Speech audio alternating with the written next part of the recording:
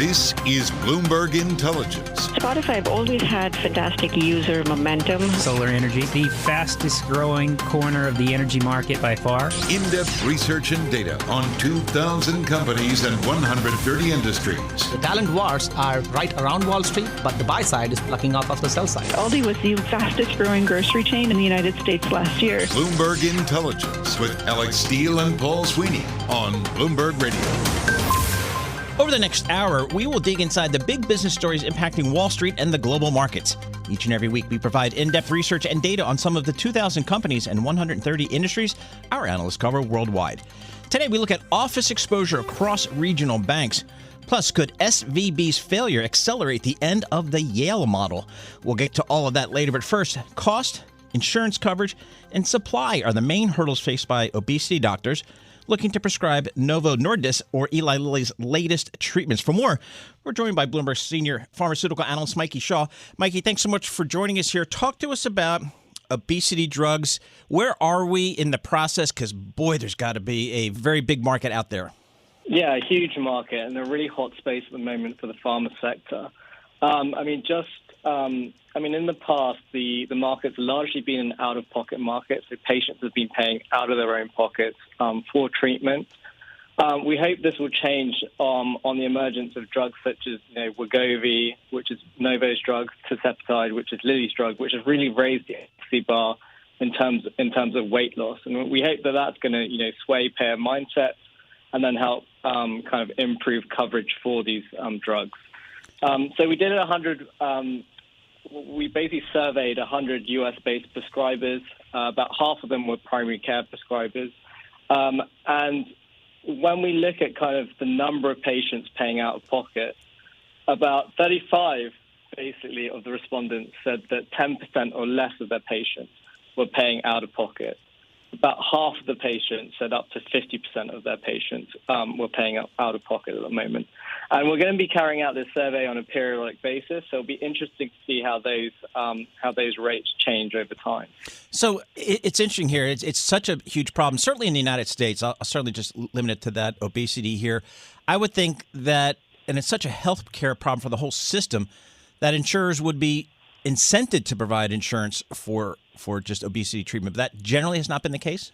I think in the past it was due to, the weight benefits that we're seeing with those treatments on market. So, previous therapies were showing, 10% or so weight loss.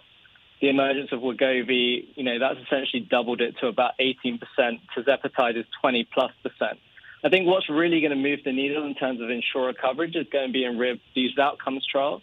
So these are really going to be key for reimbursement of the drugs. And what these look at are basically hard outcomes. So the risk reduction on major adverse cardiovascular events. We've got Wegovy's outcomes trial reading out, mid-year.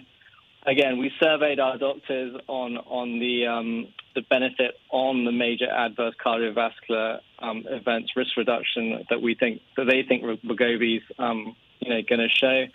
They said, 17%, and they view 16% as clinically meaningful. So who are the pharma players out there that are really investing in this space? So the two big ones are obviously Novo and Lilly.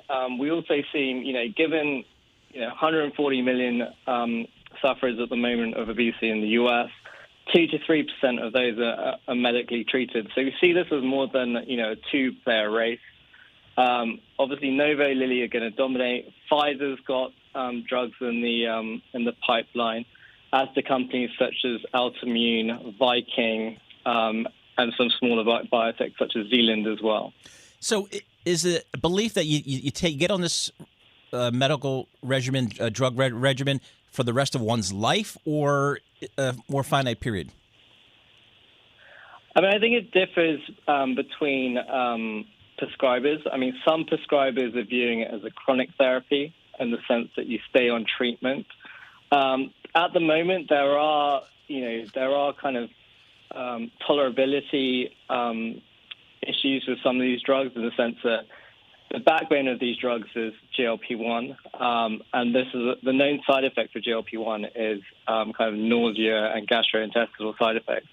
So sometimes patients come off drugs because of tolerability issues, and then, over a longer period of time, sometimes, the weight benefits kind of just wane.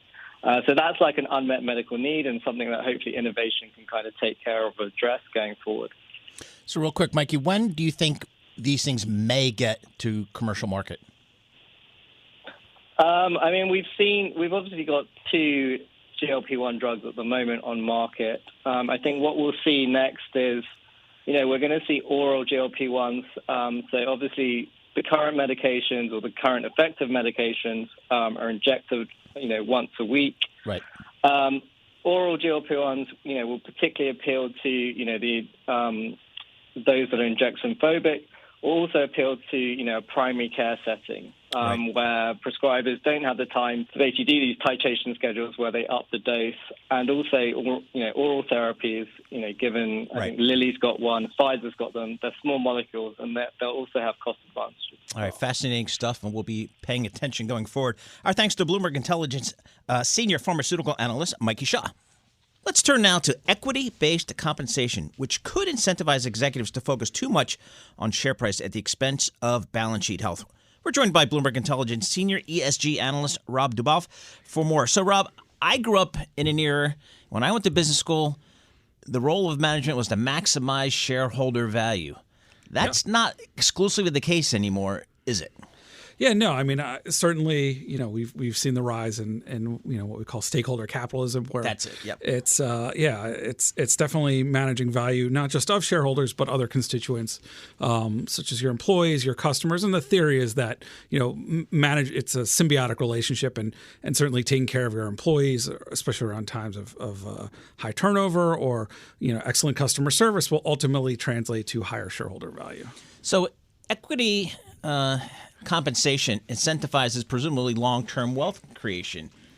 Is that really what happens? Yeah, I mean, it depends on the targets, right? So a lot of these compensation plans are set based on 3 to 5 year targets on delivering whether it's financial returns, stock returns. And yes, ultimately the goal is to align the interests of managers with the other shareholders in the business. How do you do that?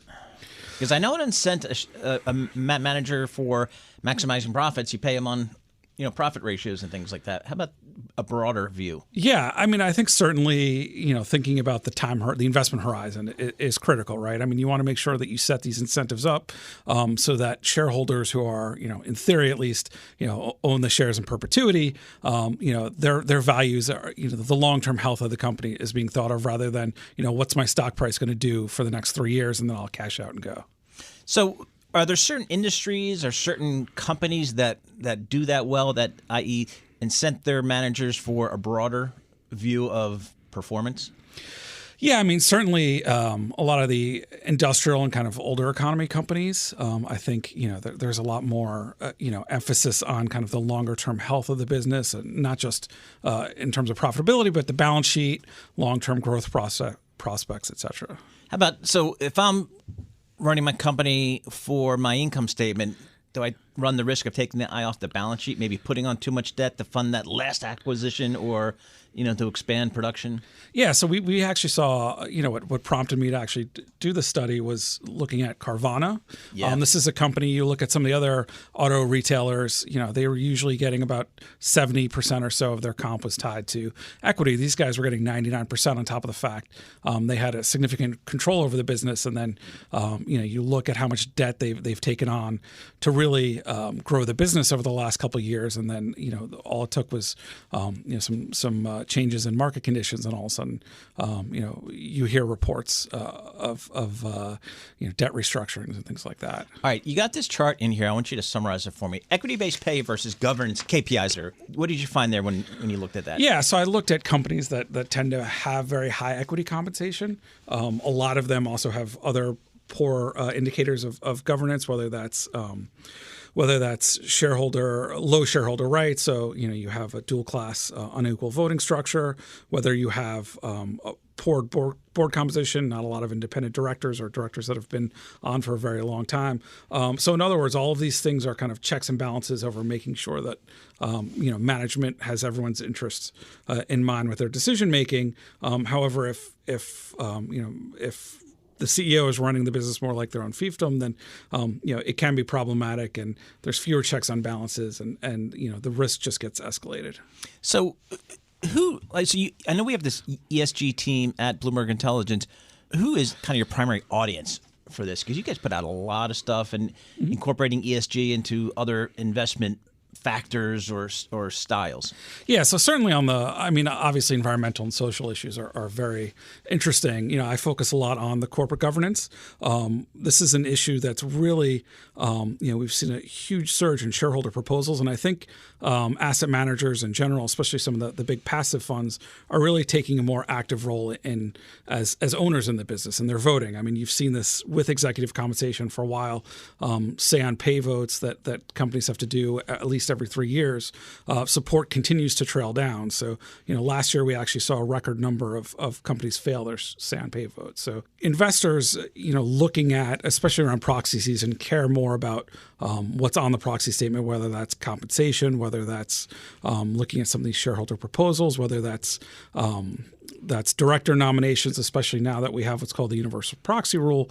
There's a lot more focus on director qualifications and making sure that the right directors are in place so that you don't have some of these, like, for example, bank blowups we're hearing about. Our thanks to Bloomberg Intelligence senior ESG analyst Rob Boff. Coming up on the program, we'll discuss SVB's failure and its lingering effects on venture capital and the Yale endowment model. You're listening to Bloomberg Intelligence on Bloomberg Radio, providing in-depth research and data on 2,000 companies and 130 industries. You can access Bloomberg Intelligence via BI Go on the terminal. I'm Paul Sweeney, and this is Bloomberg. You're listening to the Bloomberg Intelligence Podcast. Catch us Saturdays at noon Eastern on Bloomberg.com, the iHeartRadio app, and the Bloomberg Business app, or listen on demand wherever you get your podcasts. As markets reveal concerns about the fair value of regional banks' assets, office exposure in commercial real estate may be another area of focus. For more on this, let's welcome Bloomberg Intelligence senior U.S. regional banks analyst Herman Chan. All right, so Herman, you've been busy over the past few weeks looking at some of these troubled banks who maybe had mismatched assets and liabilities on their balance sheet. But there's another problem out there for potentially regional banks, and that's commercial real estate. Can you talk about the exposure that the banking system has to commercial real estate? I'm not sure people are coming back to the office. Yeah, that's the big reason why the market is focused on it, why we're focused on it. The work from home phenomenon seems to be enduring, and that really spells some tough issues for the borrowers and the owners of these commercial real estate properties, these office properties. Cash flow is slowing, and you've got rising interest rates. So it's going to be hard when these borrowers come to try to refinance their loans. It's going to be a rude awakening. They're going to have to inject more equity into the property in order to keep that property. So the banks, the issue is that the regional banks do have exposure. I would say that it's less exposure to the areas that are seeing the most dramatic issues. So San Francisco, New York City, commercial real estate, office real estate is really the epicenter of the issue. And fortunately, the regional banks have less exposure there, but it is a risk, and exposures do run across the banks that we follow. So it's been a little more than 3 years since we kind of got into this pandemic thing. Have we seen any banks? Have we seen any evidence yet that banks are going to have some problems, or is this something that's come down the road? Yeah, it's still early days, and I think the market's focused on it because, as you articulated earlier, the market's really focused on where the assets are mispriced on banks' balance sheets. So for SVB's case, it was their held-to-maturity secure portfolio.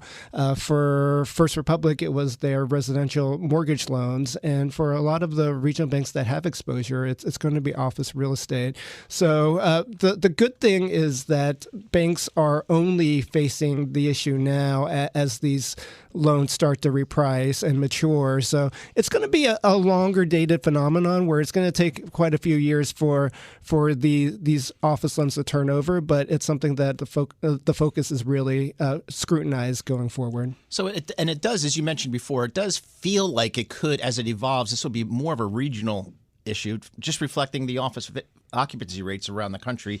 New York, San Francisco, I believe, lower than the average. In some areas of the country, they're back to close to full occupancy.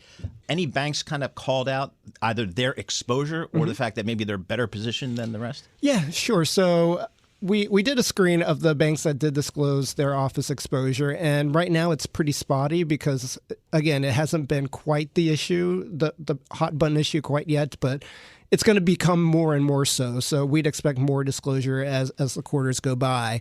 But the bank that does have more exposure is a bank called Bank OZK. It's Bank of the Ozarks. It's a commercial real estate and construction focused bank that does business in all the major metro areas, New York, Miami, San Francisco, LA, Chicago, etc. So it's a big construction lender, and it does have a bit more office exposure than others.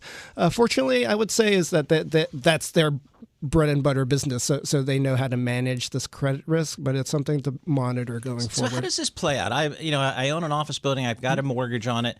I want to refinance the mortgage. Is that typically how this all comes to a head? And then you come back to me, Mr. Banker. Well, first of all, you quote me a rate that's like twice what I'm paying today. Right. So that's a problem, number one. Number two, do you then say you're going to need more equity in this building, or how does that all play out? Yeah, so as any sort of financial asset, you're looking at the cash flows that's coming in. Those cash flows are probably lower than they were a couple years ago before the pandemic because the vacancy rates are much higher. So you as the owner of the office property are seeing less money coming in.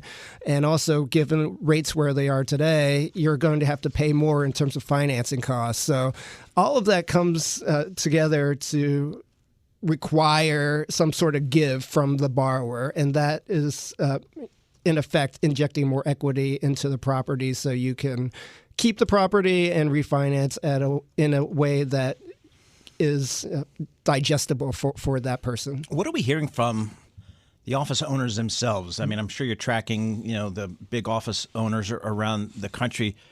Are they screaming right now? Are they how concerned are they? What are they doing? Are they trying to refinance, trying to get in front of this thing? Yeah, it's something that is a deep concern, I think, for the industry. I think that's why you've heard some folks, talking about the economy requiring maybe lower rates, interest rates, because of pending economic issues and a recession coming along. But it also, they're talking their own book too, right? So they want lower rates, so they are not going to face this refinancing cliff. I mean, do these companies, specifically the ones that have exposure to maybe some of the at-risk markets, like in New York City, like in San Francisco, do they have a scenario where things get back to quote-unquote normal, or is this kind of the new normal where they're not going to be able to lease as much space, at least not at the rates they want?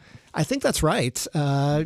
We've been in this post-pandemic period for a bit now, and you haven't really seen a full return to the office across a lot of the major metro areas. I think San Francisco is probably the worst because tech folks have really embraced the work from home mentality. So it's in the office space that those larger tech companies, they're trying to sublease those offices. So it's all going to be a tough situation for the owners of the office space. And it's hard to imagine that we come back to those 5-day-a-week work periods, in my view.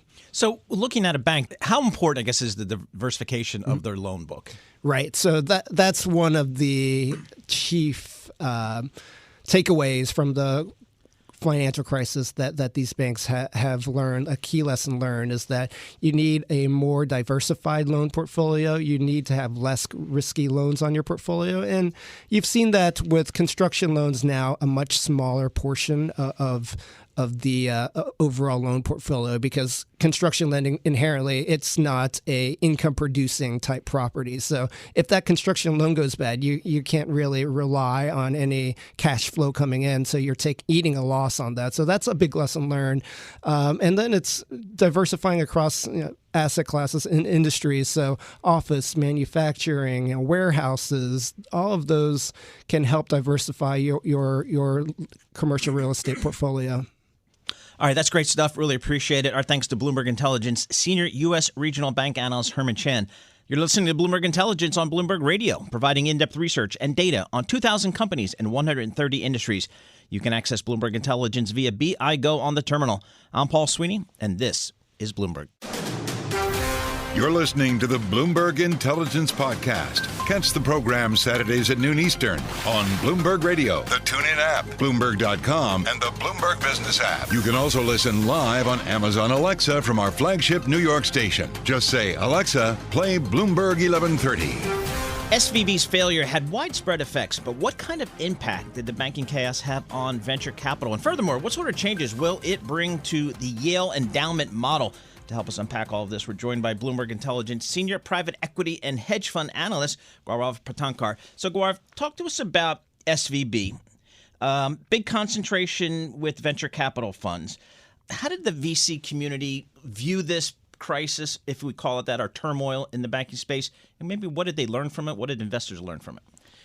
That's a great question and a very profound one. The venture capital industry, if we were to call it as one, has grown at a real breakneck speed. It's now over $2 trillion in assets under management. Yep. This used to be a small, obscure pocket where only family offices and the endowments initially that really did not care too much about disclosing mark-to-markets every quarter to any kind of fiduciary investor really trafficked in. And from there, it has really grown and institutionalized, bringing in a lot of pensions, public plans, and other fiduciaries. They have not viewed the SVB thing with any level of comfort because, what's reported is there's a lot of dry powder in venture capital industry, but there's also a whole lot of debt. A lot of companies are valued at marks that are not realistic. And when a lot of these marks are taken to market, there could be a lot of turmoil. So the SVB event is going to be very difficult for the venture industry, especially as auditors are going to get quite active on valuing some of the companies. How frequently are venture investments valued? Well, it really depends. When some of these managers were doing the up rounds, they valued these companies quarterly. Typically they should be valued every quarter, but it's not always easy to do that. Whenever these companies raise more capital, they valued these companies. It's, again, a very, very qualitative exercise given the private nature of these companies. And the up rounds were valued at various intervals, right from a couple months to a year. And so I think there's going to be a lot of scrutiny around that. But so just so we're clear, there's not an SEC rule that says just like you have to report your public company results every quarter and file a 10Q and all that kind of stuff, there's not a quarterly requirement for mark-to-market or even an annual one? There's definitely an annual requirement for mark-to-market. But again, think about how these marks are arrived at. They are arrived at very qualitatively and very individually. I'm not coming and saying here that they're all wrong and there could be problems, but clearly this leaves a lot of scope for qualitative analysis around DCF and other models. The model outputs are only as good as the inputs that you present into the models versus a true price discovery in any publicly traded market. So yes, annually they have to provide disclosures to their investors, but from time to time, some of the funds have valued assets on a quarterly basis as well, but these assets are sometimes very difficult to value every quarter. All right, so getting to the next part of this story is endowments, pension funds that invest in these big funds. I was shocked that when we got the returns for calendar year 2022 from the big endowments, that they didn't show big declines, not just declines, but big declines. The 60-40 portfolio, equities were down 20%, fixed income's down mid-teens. How did they put up flat to slightly up numbers? Are they marking their privates, which are a big part of their portfolio, up? That is perhaps, $100 billion or $500 billion question. That's a great question, Paul. And the answer to that is actually very difficult. Yes, in 2021, they took these big marks up, driven by their venture portfolios up 30, 40, 50, 60%. We know the numbers. But in 22, somehow, while the public markets were down 50, 60%, some of the managers even haircut their positions 30, 40%, and private rounds were happening. There were a bit of down rounds. Yep. These endowment portfolios just pretty much stayed flat. Now, there were some people in the endowment world, especially the CEO of Harvard, who actually qualitatively expressed the concern in his annual report, but we have not seen quantitative marks being taken by these endowments. And we expect that for year-end 2022, as auditors get more active, and why would the auditors get more active this cycle versus the last cycle, is because there are pension plans which have much better governance and disclosure that are really going to force these marks. And in a way, that will also force the endowment to take some of these marks, and we could actually have a very bumpy ride, and I would expect a 15 to 20% haircut to endowment portfolios. Yeah, and so talk to us about how some of these endowments, it's called the Yale model. Explain to us what the Yale model is and why it's not just Yale using it. That's a great point. And to be very honest, it's been a very successful model. Yes. The late David Swanson, I don't really need to explain this model. He's done a terrific job in putting this together. Of course, it was in a different rate regime, a different So instead of just macroeconomic- being 60-40 stocks, bonds, this is, we're going to have some stocks, we're going to have some bonds, but we're also going to have what? a lot of private assets, a lot of long duration assets, and which in a way makes sense. Alternative investments. Alternative investments, mainly private, mainly things that are not really marked to market every day, which intuitively would make sense saying that, the duration of the liabilities of endowments are real long term. They just need to produce 5 to 7% a year to meet the operating budget, but their liabilities are over the real long term. So it makes sense. Having said that, it was set up in a different regime where rates were going down, credit was becoming easier, inflation was never a problem, the world was becoming more integrated geopolitically. All of those factors are changing now, and that's going to create a bit of a problem. And I think the Yale model definitely needs retooling and potentially might need a bit of an overhaul. So to what extent could, an average big endowment that employs the Yale model, what percentage of their assets would be in alternatives, do you think? That's a very good question. I think it's anywhere between 35 to 65%. Again, the disclosures are very poor, but between 35 to 65%. That's a lot. That is a lot. And so the mark-to-market risk for when we start seeing the Harvards and the Dukes and the Yales of the world and Stanfords report their numbers, there could be some big swings there. There could be. Now, I want to just caution saying that not all of these private assets mean private equity or venture. So to that extent, private debt and some of the other assets like infrastructure could be well protected. But a majority of these assets, even within private, are venture and growth equity. So yes, there will be some big marks. If I wanted to go out and start a venture fund today, would it not be the best timing, would it?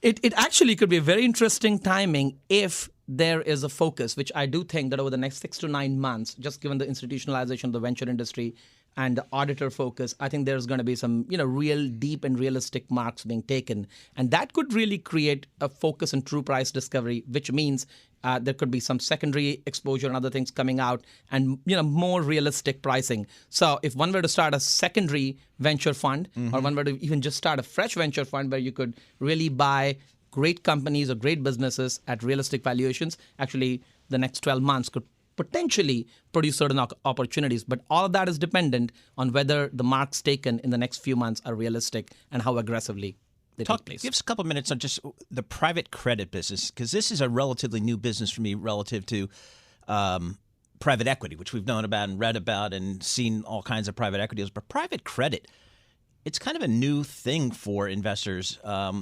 What do you make of private credit? What is private credit to you, and kind of how do you view it? Sure. It's becoming a very important building block for institutions. And why? Because, as rates are falling and fixed income was supposed to provide that bulwark for institutions from a liability standpoint, that bulwark was lost in a low rate environment. And so they said, okay, let's go to private credit where you're able to really lend and get a fixed income and fixed return. Most of private credit is interesting, kind of really earns its keep based off of what it's supposed to solve at a portfolio level for institutions. But there are pockets in private credit that really bother me. One particular pocket is NAV loans and venture debt. What is happening here is that some of the private credit managers are lending against the equity NAV of some other managers where, again, as I mentioned, the valuation question is not settled. So what might end up happening is equity risk, even at a 50-60 LTV, which is loan to value. Okay. Yeah, it is not a loan to value. It's not really conservative if your asset is worth only 25% of what it was marked at. So there could be some potential pockets of problems. I don't think it's pervasive, but something that we are closely watching. All right, very good. Our thanks to Bloomberg Intelligence senior private equity and hedge fund analyst Gaurav Patankar. Coming up on the program, will balance sheet strength allow Visa and Mastercard to shine? You're listening to Bloomberg Intelligence on Bloomberg Radio, providing in-depth research and data on 2,000 companies and 130 industries. You can access Bloomberg Intelligence via BI Go on the terminal. I'm Paul Sweeney, and this is Bloomberg.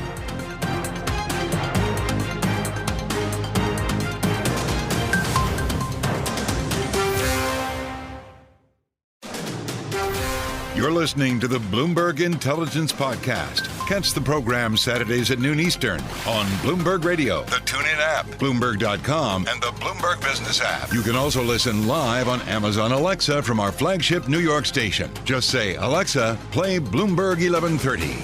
We'll be here each and every week at this time, tapping into our Bloomberg Intelligence analysts, covering some 2,000 companies and 130 industries worldwide.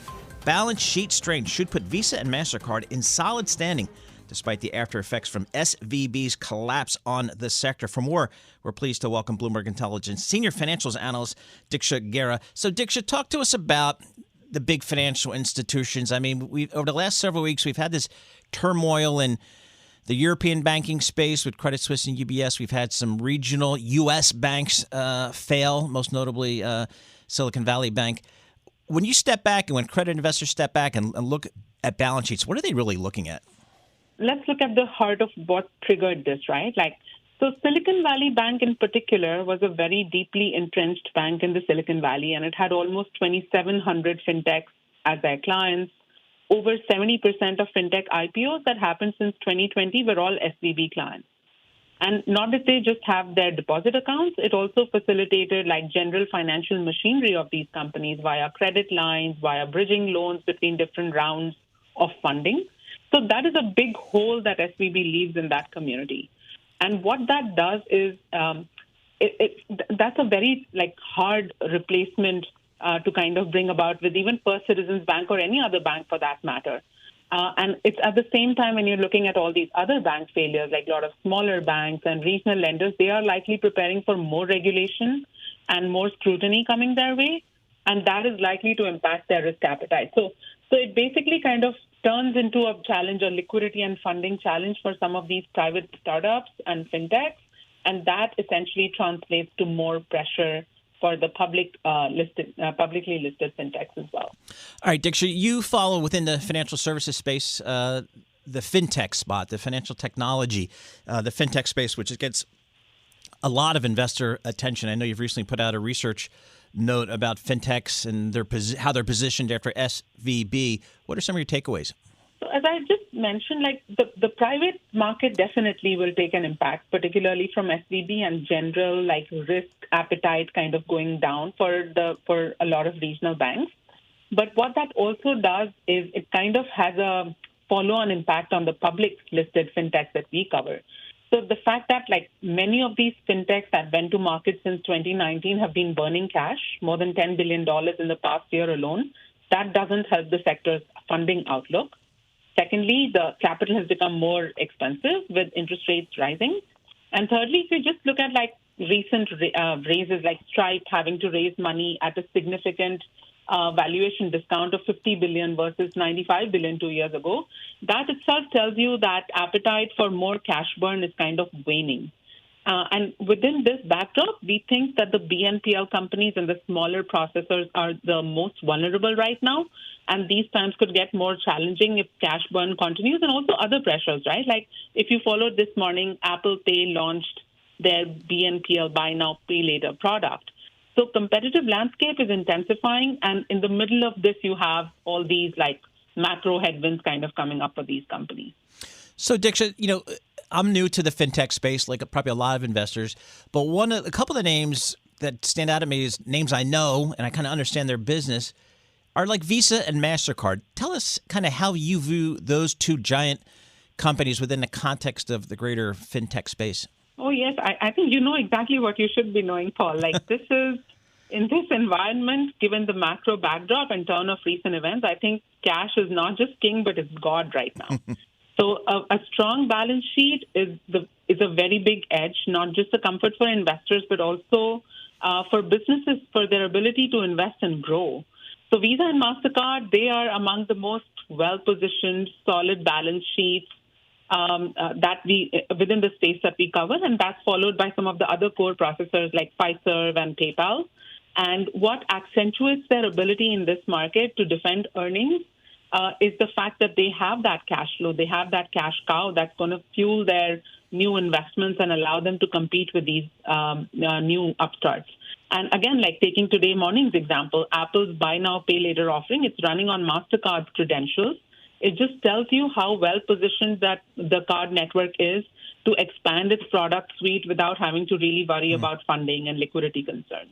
Interesting. So, you know, if I'm a startup here, if I'm a fintech startup, can I raise capital today? If I go to, Sand Hill Road in Palo Alto and try to raise some money, are they going to shut the door in my face? So it depends, right? Like, I think the scrutiny will definitely be a lot more now compared to where we were earlier. And again, like if you saw what happened with Stripe, Stripe is one of the most pristine, clean names that you would want to kind of be with. But even they are having to kind of come to market. Firstly, they're having to raise in this market.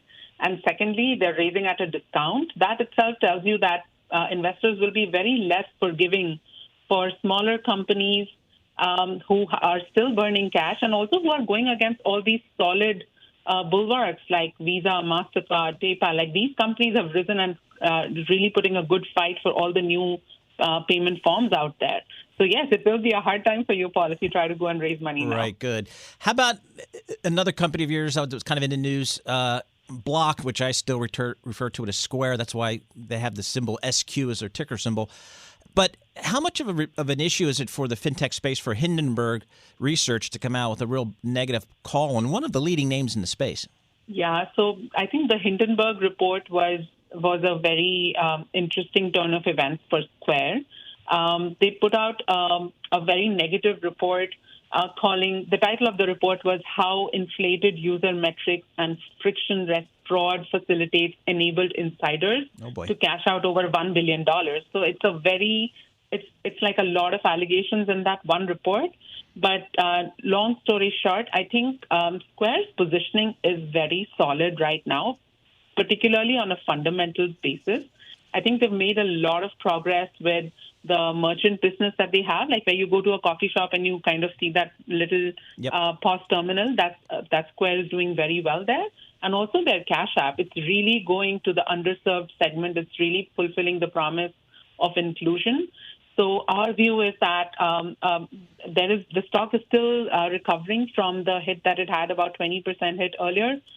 We've recovered a fair bit, but we remain very comfortable with its fundamental positioning right now.